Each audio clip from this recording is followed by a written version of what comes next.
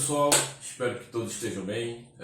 Vamos conversar um pouquinho agora sobre alguns caminhos para aqueles que querem iniciar o seu negócio, o seu empreendimento e a sua startup, tá bom? Vale lembrar que não existe uma fórmula mágica, não existem gurus e nem um caminho fácil. O que existem são falhas, ajustes e principalmente muito aprendizado e persistência. E é sobre esse aprendizado que a gente vai falar aqui hoje. Vamos imaginar o seguinte cenário. Aliás, esse foi um caso real que presenciei há uns 10 ou 15 anos atrás. Uma startup opta por desenvolver software para pequenas clínicas médicas. O motivo, segundo os próprios fundadores, é que o mercado de TI para gestão de hospitais estava saturado, né? A princípio é uma boa ideia, não é verdade? Então o que foi que eles fizeram? A startup, com foco total, se trancou em seu escritório, um escritório luxuoso, com guloseimas, videogame, puff e tudo mais, né, por mais ou menos uns 10 meses. E desenvolveram um sistema fantástico, completíssimo. E aí foram ao mercado e perceberam uma coisa bem peculiar. As clínicas médicas nem computadores tinham. Eles resolviam a gestão de consulta dos seus pacientes com papel e com caneta. E as que tinham computadores, uma planilha Excel resolvia muitíssimo bem. Esse exemplo real é mais comum do que muita gente imagina. Vamos parar e pensar um pouco. Quando a pessoa é mordida por aquela inquietação, aquela vontade de empreender, a paixão talvez seja o primeiro sentimento presente. E aí vem aquela famosa frase: eu tenho uma ideia genial que vai mudar o mundo. Bom, aqui a gente precisa ter um pouquinho só de calma, tá? E entender quem está do outro lado. De fato, a pessoa se sente um herói, quer mudar o mundo e muda, né? Muitas vezes. É importante e até fundamental esse sentimento. Mas o que é que acontece geralmente?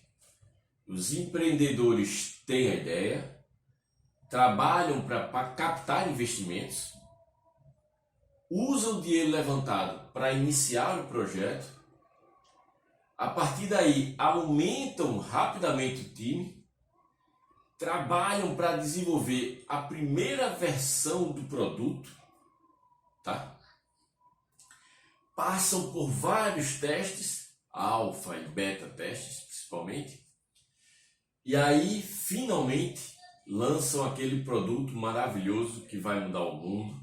E aí o que é que acontece? Bom, a gente tem um dado de que 78% das startups morrem após receberem o primeiro investimento. E vejam, a gente está falando aqui de startups após receber investimento. Segundo dados da CB Insights, isso de 2019, a primeira razão pela qual as startups fecham é exatamente porque o produto e a solução não atendem a uma necessidade real do mercado. E aí a gente precisa falar sobre um cara, sobre o Steve Blank. Ele foi um dos primeiros a comentar sobre esse processo que geralmente as empresas utilizam para iniciar o seu negócio. A isso foi dado o nome de desenvolvimento baseado no produto. E aí o Steve Blank indagou: se as startups falham por falta de clientes e não por falha de desenvolvimento do produto, então por que nós temos um processo para gerenciar o desenvolvimento do produto e não temos um processo para gerenciar o desenvolvimento do cliente? O que é que de fato acontece? Você está lá trancado em sua casa, no seu escritório, mas existe o mundo real lá fora. Vamos analisar essa imagem. Essa imagem é uma das que eu mais gosto para explicar um pouquinho esse assunto. Então, o que acontece? Sua ideia original está ali no centro, em amarelo. Mas ao lado estão as reais oportunidades de negócio, as verdadeiras dores dos seus clientes. Por isso que você não pode ficar trancado em casa, trancado em seu escritório. A gente tem que rachar o quengo no sol, secar as canelas e ir atrás dos seus potenciais clientes, para saber até se são mesmo seus clientes. Falando novamente sobre o Steve Blank, e aqui estão duas das suas obras, ele cunhou uma famosa frase: Get out of the building. Então é o seguinte, vá para a rua, vá encontrar o seu cliente e suas reais necessidades. Uma outra famosa frase, né, e eu acho até que a gente está exagerando um pouquinho, mas ela é bastante significativa. Não há ideia que resista ao primeiro contato com o seu cliente. Então vejam essa figura. O primeiro passo no desenvolvimento baseado no cliente é justamente conhecermos esse cliente, validarmos nosso problema, para depois validarmos nossa solução. Quando a nossa ideia inicial não se adequa a esses clientes, e veja, isso é muito comum, nós mudamos a ideia inicial e para isso chamamos de pivotagem do negócio. Um outro livro que eu recomendo para vocês é o excelente livro A Estratégia da Inovação Radical, do Pedro Weigartner. Talvez eu tenha pronunciado errado o sobrenome dele. Mas enfim, aqui no trecho aparece: os empreendedores não começam com uma certeza, mas com uma visão. O Pedro, ele é o fundador da ACE, e a gente vai falar bastante dela, né? A ACE é a maior aceleradora da América Latina, tá? No livro, ele fala que grande parte das startups que entram na ACE mudam drasticamente seus negócios, né, ao longo do percurso, se for comparada com a visão inicial que eles tinham. Vejam agora essa imagem, tá? O que há de errado nela? Ora, é uma barraca de limonada que tem um cadastro, contatos, comunicação via redes sociais, mas falta algo.